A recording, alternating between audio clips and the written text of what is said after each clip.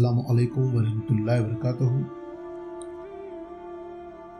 अल्लाह ने इब्राहिम अलैहिस्सलाम को हुक्म दिया कि 4 परिंदों को लेकर आए, उनको ज़बह करे और उनके आज्ज़ाए यानी उनके जिस्म के जो हिस्से हैं उसको करीब के पहाड़ों में बिखेर दे, फैला दे और फिर उनको आवाज़ दे तो वो तमाम परिंदे उड़ के आ जाएंगे।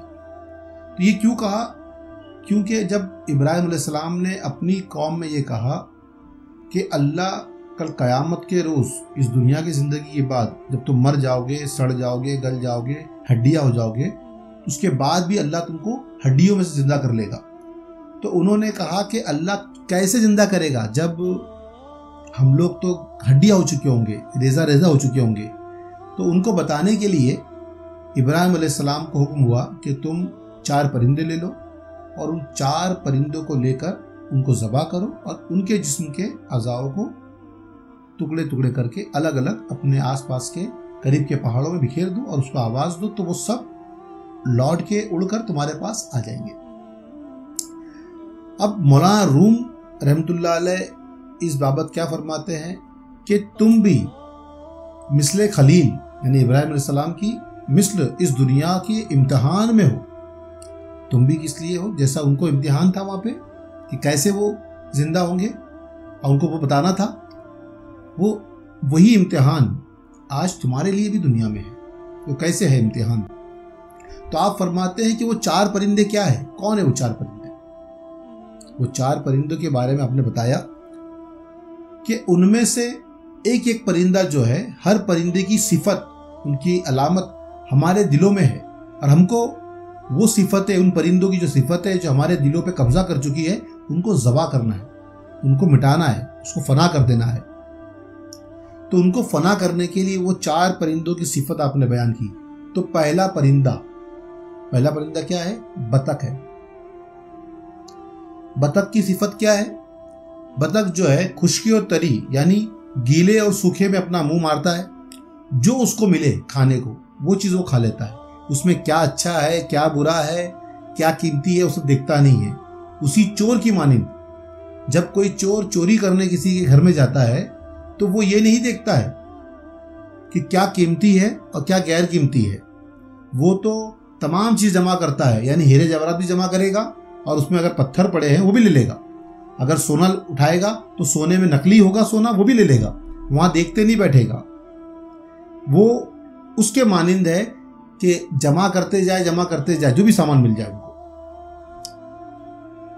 बतख भी ऐसे ही मुंह मारता रहता है जैसे आज लोगों के दिल भी है। वो दिल कैसे है? हराम और हलाल में कोई फर्क नहीं करते हैं, जो आ जाए तमाम माल ले लेते हैं। वो माल की इतनी लालच रहती है कि बस मेरे पास इतना कम वक्त है।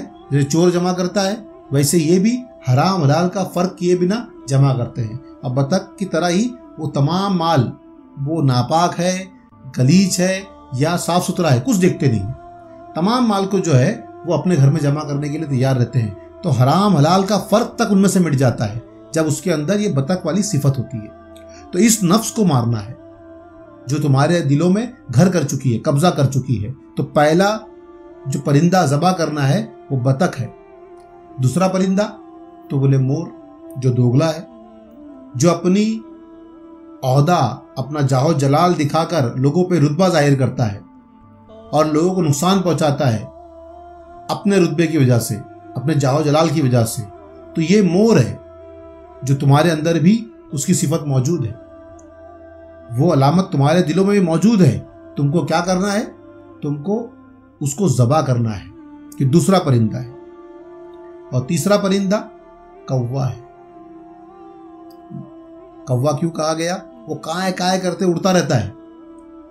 ये उन लोगों में से है कि जो लोग कौवे की तरह, कौवे को ये ख्याल रहता है कि कभी बूढ़ा नहीं होगा, कभी मरेगा नहीं, तो वो कुछ भी काम करे, क्योंकि वो अच्छे काम तो करता नहीं है, वो तो हमेशा बुरा ही खाता है, गंदगी ही खाता है कौवा। वैसे ही जो लोग कौवे की सिफत पर है, उसकी अलामत पर है, उसके दिलों में उसकी सिफत है, तो वो कैसे लोग हैं? कौवे की तरह है कि जो गुनाह करते जाते हैं, बुराइयां करते जाते हैं, लेकिन वो यही ख्याल करते हैं कि हम कभी मरने नहीं वाले हैं। न कभी बूढ़े होने वाले हैं, और उसी वजह से वो गुनाह करते रहते हैं। तो तीसरा कव्वा है, यानी इसकी सिफत है, कव्वे की सिफत, ये ख्याल करना कि हम कभी ना बूढ़े होंगे ना मरेंगे, जवान ही रहेंगे, और उसी भ्रम में वो गुनाह करते रहते हैं। और आखिरी चौथा जो है वो मुर्गा है। चौथा परिंदा कौन सा हो गया? मुर्गा, जिसके अंदर शहवत है। शहवत किसको कहते हैं? औरतों की ख्वाहिश, जिस्मानी नफसानियत, ये शहवत है। इसको भी ज़बा करना है, क्योंकि जब इब्लीस ने अल्लाह से आदम की नस्ल को, यानी आदम अलैहिस्सलाम की औलादों को, यानी हम लोगों को गुमराह करने के लिए, बहकाने के लिए अल्लाह से मोहलत मांगी, तो फिर कुछ जाल भी मांगे कि कुछ जाल भी दे, कुछ हथियार भी दे, जिससे मैं उन लोगों को बहकाऊं। तो अल्लाह ने सोना, चांदी और घोड़े दिखाए। तो वो देख कर कहा कि आफरीन, लेकिन चेहरे पे मायूसी थी, मतलब वो मुतमईन नहीं था कि इतने से तो इंसान नहीं बहकेगा। तो अल्लाह ने फिर हीरे जवाहरात, तो बोले ये कुछ बेहतर है, लेकिन मैं इससे भी मुतमईन नहीं हूँ। तो अल्लाह ने फिर और आगे चीज़ें बढ़ाई, यानी अच्छे महंगे लिबास, तो बोले ये भी है, लेकिन और कुछ। तो फिर शराब, मौसीकी, उससे भी बोला कि ये भी बहुत कुछ है, लेकिन मैं इससे ही मुतमईन नहीं हूँ। आखिर में अल्लाह ने जो है औरतों का हुस्न और जमाल दिखाया, तो वो फिर उसका दिल शाद हो गया, बहुत खुश हो गया वो कि हाँ ये सबसे बेहतरीन जाल है। यानी इन तमाम जालों से बचना है, ये चारों परिंदे हमको ज़बा करने हैं। जब हम अपने दिलों में जो ये परिंदों की जो सिफतें हैं वो हमारे दिलों में जो घर कर चुकी है, जब हम अपने दिल को उससे साफ कर देंगे और इन ख्वाहिशात को मिटा देंगे अपने अंदर से, तो उसी तरीके से जैसे इब्राहिम अलैहिस्सलाम के लिए ये उन्होंने अपने अंदर से ये जो नफ्स थी, यानी हराम और हलाल वाली, बतख वाली नफ्स, उसको फना कर दिया। फिर मोर वाला जो औहदे का जाहो जलाल था, उसको फना कर दिया। उसके बाद में उन्होंने जो कव्वे वाली सिफत है वो भी नफ्स उनमें फना है, और उसके बाद जो मुर्गी वाली सिफत है वो भी उनमें खत्म। उन्होंने तमाम नफ्सों को फना कर दिया और आतिश नमरूद में बेसाख्ता कूद गए, क्योंकि आग जो है वो कशाफत को जलाती है, जात को नहीं। जब नफ्स से पाक हो गए तो जात में वस्ल कर लिया, जब जात को कोई आग जला नहीं सकती। जिस तरीके से सोने को कोई जला नहीं सकता, उसके बने हुए जो जेवर होते हैं उन जेवर को, कशाफत को, उनके आकार को वो जलाकर फिर सोना बना देती है, लेकिन सोने को बस वो आग जला नहीं सकती।